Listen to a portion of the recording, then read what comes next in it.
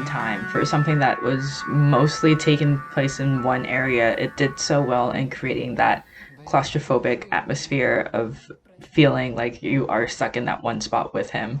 And something that was so great about this, especially for a short that really only focused with one person, was being able to increase the stakes, even though there wasn't like an actual bad guy around the corner or anything. So the adrenaline and the appeal of it just kind of kept building throughout, which was really cool.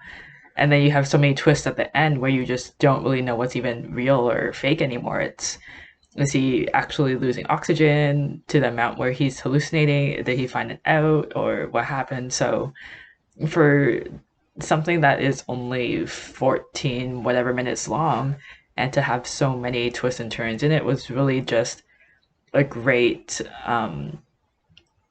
planning out of the story, I guess, and just like plotting out exactly what's happening. And even at the end, you're still kind of guessing what really happened, like what is his life now.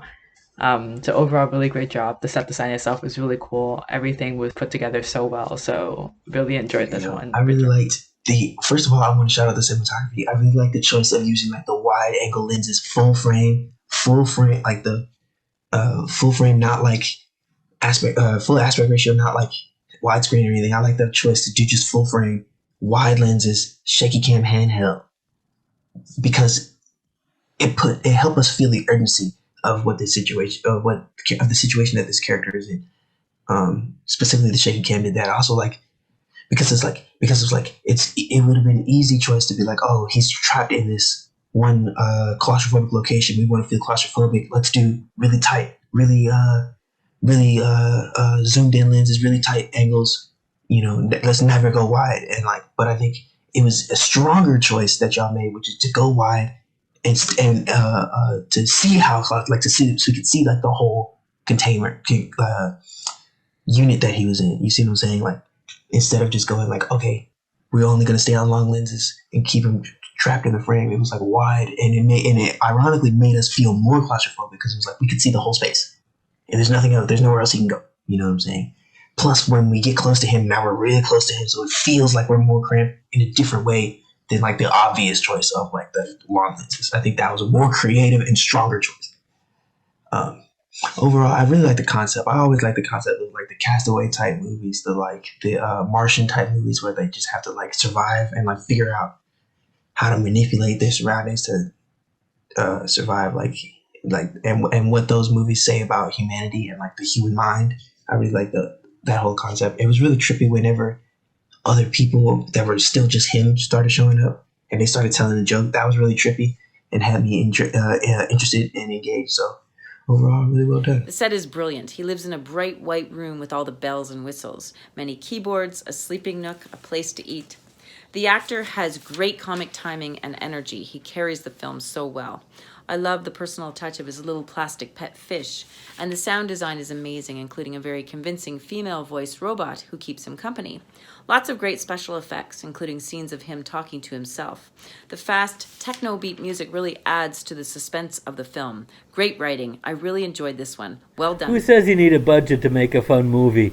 I love the set and the props and everything was just so low tech. It looked like he was doing this in a cardboard box, but I loved it. Just the sleek, like just the bared down design of this, a reel to reel as a communication device in a futuristic movie. Come on, that's gold. That's gold right there. I thought that the performance was lovely. Great script. A lot of nice little gems in there. I'm sure if I watched it again, I'd find all kinds of Easter eggs. It seemed like that kind of movie where there's just things hidden within it all around. And I liked, like I said, the use of just a very. You don't need to spend a lot of money to tell an entertaining story.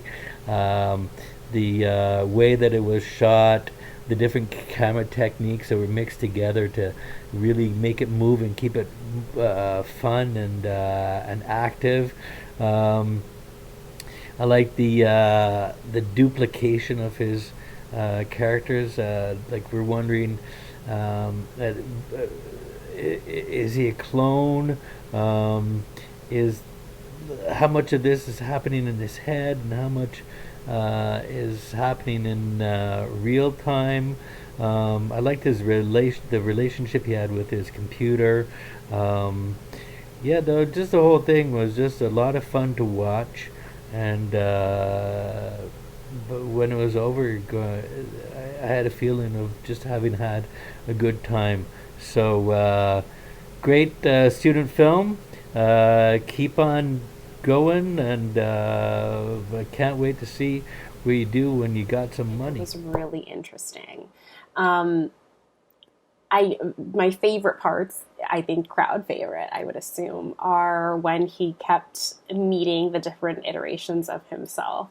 And it was kind of like a dream within a dream where he thinks he escapes and then he sees someone else and then have a little interaction and then, oh no, we're going to go over here and oh, I'm going to meet another version of me. And then, oh no, I'm actually going to wake up in my thing and I think I'm being saved and it's just more of me. And it's kind of this endless loop, which I can only assume is due to oxygen deprivation. But it was really quirky and fun, even though it was under not so great circumstances. I really enjoyed it, and I did like the joke that he told at the end. Great job for the station caretaker. Examines the subject of space insanity, kind of losing yourself while up in space alone, and the impact that such isolation can have on you, especially when disastrous things are occurring around you. So the space station is failing, and he's losing touch with the computer. He's hungry, he's thirsty, etc., etc. And the piece really goes inward, even though it's about outer space. It goes very inward, more and more into himself, and into examining the madness that surrounds and results from his isolation. The piece manages to be humorous despite its serious subject matter, which is quite interesting. It's a tonal balance that's quite difficult, but it pulls it off well. And by the end, even though we're unsure if he's actually been rescued, we feel some sense of relief because he does. And it kind of makes you question whether you go mad just watching it.